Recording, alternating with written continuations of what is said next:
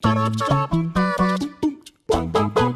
it comes to powerful supervillains, most comic fans can reel off a list quicker than the actual PokéRap itself. And these lists tend to contain these same unfriendly faces: Galactus, Thanos, Darkseid, the Antimatter, and maybe even Perpetua if you're feeling slightly fancy. While it's cool that these big bads are so well known, there is a downside to their infamy, namely that there's a metric ton of less iconic villains that get pushed to the wayside in lieu of their renowned brethren. And this can sometimes be a little weird, as there are characters that are equally as powerful as Thanos or Darkseid, and yet comparatively get mere morsels of time on the inked page. With dramatic backstories, detailed lore, and an assortment of cool and badass powers, it's unclear why these characters are so often shunted out of the spotlight when they go such a long way to making the universe feel like it's populated by more than the same 4 villains. Indeed, in an era where some villains are criminally overused, it might be time for some of these characters to get allowed once more into their respective universes, even if it's only for a brief glimpse. So, in the spirit of channeling our inner Palpatine and saying in one unified voice,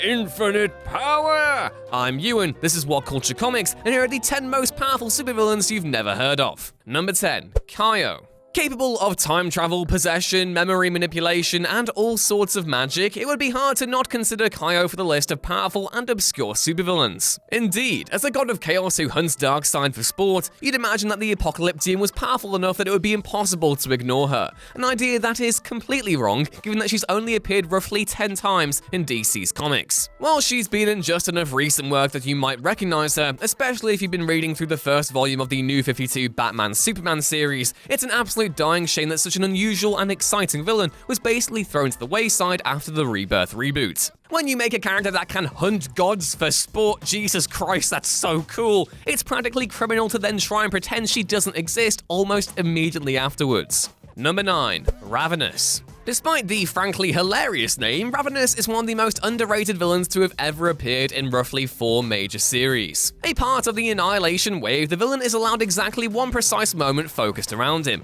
and even that is simply to revive Annihilus, proving him to be a sidekick through and through. But this feels like a huge waste, as Ravenous has powers that are roughly similar to the Silver Surfer, making him significantly more powerful than most of his comic appearances would suggest. Justifiably, this does mean the character is left feeling kind of wasted, as he basically never appears as more than a lackey of other characters like Annihilus. While not every character can have their moment in the sun, it would be nice to see Ravenous not be a sidekick for like just 2 minutes. I mean, his name's Ravenous for goodness sake. Make him as scary and slightly hilarious as the name suggests. Number 8. Imperiex. Imperiex, destroyer of worlds, the embodiment of entropy, creator of the Big Bang. And yet, if you've only read comics after 2006, in which case, boo, shame on you, you have literally no way of knowing about him, as the last time we saw him was in the 52 series from 2006. Even then, the Devourer of Souls is featured once, in the single smallest panel that human hands could possibly draw, just to emphasize a little extra how completely ignored the character is. Admittedly, though, unlike many other powerful characters, there are some pretty justifiable reasons for Imperiex being mostly underused in comics, namely that he is just a tiny bit dead after the events of Action Comics number 782. But in the world of comics, that is a pretty weak excuse, and thus it seems far more likely that no DC writer wants to try and finagle another way for the Justice League to beat Imperiex, who by all means should be immortal. Number 7. Cyttorak. While the Juggernaut is an incredibly famous villain in the Marvel Universe, the source of his powers, a cosmic being named Cyttorak, thought to be both a god and a demon at the same time, is substantially less well known. And this is sort of a crying shame, as not only is Cyttorak an interesting character, but his existence also adds extra dimension to Juggernaut himself, as he's infinitely more engrossing when you know he's being helped out by some mysterious elder god-like figure. Despite this, Cyttorak has appeared slightly over 20 times in the comics, which is just enough that, when you see him, you're left with the vague impression that you have seen the character before, but that you just can't place where. Like an old school friend, or perhaps a distant relative. Only, instead of that, he's 10 foot tall and capable of destroying your soul. Number 6. Sim.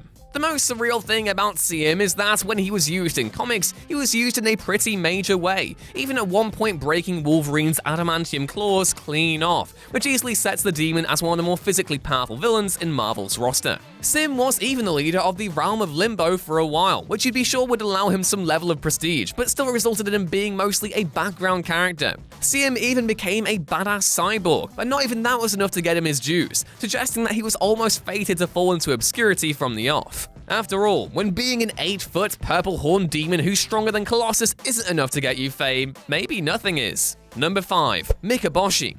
When you're the god of not just evil itself, but also chaos and the stars, it seems only fair to expect at least one cool moment in comics per year. Although Mekobashi gets one of these in the Chaos War series, where we get to see just how badass the deity is, after this, they literally never get to feature even vaguely in comics ever again, because apparently we're just not allowed nice things. Admittedly, Mekobashi was sent into another universe at the end of the Chaos War, but in a franchise where death doesn't stop people from coming back, being yeeted into another universe is a pretty small obstacle to overcome, meaning Marvel could bring back the Chaos King whenever their hearts desired. Well, the reason for Mekobashi not being used recently is possibly out of writers' fears of coming off as disrespectful, as the god is a legitimate deity of the Shinto religion. Depicting him fighting Spider-Man doesn't appear to be inherently rude, so it's really prime time to see the big bad back in a new series. Number 4. Tezcatlipoca.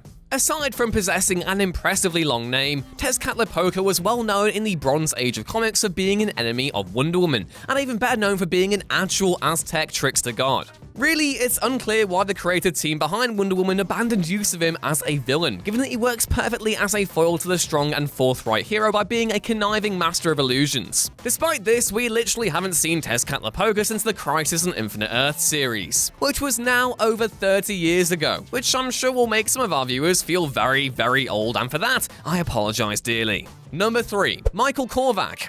Now, this may be stretching the boundaries of characters you didn't know, given Kovak played a major role in the sequels to the original Infinity Gauntlet comic, but he's far from the mainstream villain comics readers desperately wish him to be. As a cyborg who was able to siphon the powers of Galactus at whim, Michael Kovak is arguably one of the most powerful beings in the universe, if not perhaps the entire Marvel multiverse. Because, unnervingly, Kovak's abilities do not stop at his ability to copy Galactus' powers, as he's also capable of using his supercomputer brain to analyze energy or fighting styles aimed against him, allowing him to create a perfect defense against them, something that would make him nigh on invulnerable when it came to fighting.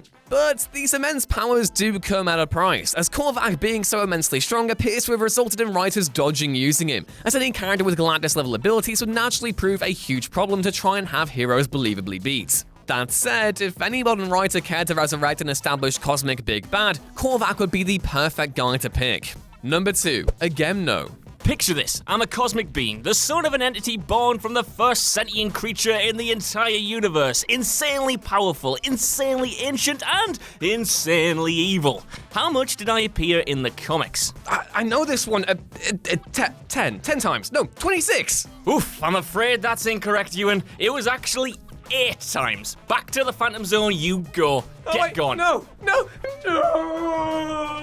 When the likes of Lex Luthor and the Joker get to face the Justice League hundreds of times, it seems almost criminal that DC built such a deep lore for Agamno, only to completely squander it by never having him actually be used. While we can dream of the terrifying Goliath getting more time in comics, it's likely that we'll never see his glowing face ever again, much to our mutual despair. And number 1, Abraxas. Well, to pass the time in this goddamn pocketed reality, I guess I'll talk about Abraxas. As a figure who literally represents the embodiment of the destruction of the universe, Abraxas should be one of the biggest bad guys that Marvel has in their entire roster. Not only is he powerful beyond belief, but he's also unmitigatedly vicious, using his limitless powers for whatever sadistic purpose fits his whims. Hilariously, Galactus was actually created in order to imprison Abraxas and prevent him from wreaking havoc on the universe, and yet somehow the Purple Devourer of Worlds is still somehow infinitely more well-known than the villain he was created to actually trap. While a green man wearing a toga is admittedly not as badass an image as Darkseid or Galactus, Abraxas is clearly one of the strongest entities in the entire Marvel multiverse, and yet we see him about as much as a deadbeat dad sees his least favorite child. I'm looking at you, Jules. And that, dear viewers, was our list. I suppose I'll get cracking on the next dozen until Zoe or Jules comes to rescue me, but anyway, if you could remember to like the video and click the bell, you'd be really helping us out. You can catch more articles like this at whatculture.com and more of me on Twitter at YouNRuinsThings. That's goodbye for now though. Have a great day, keep supporting your local comic book store, and I'll see you soon. Bye!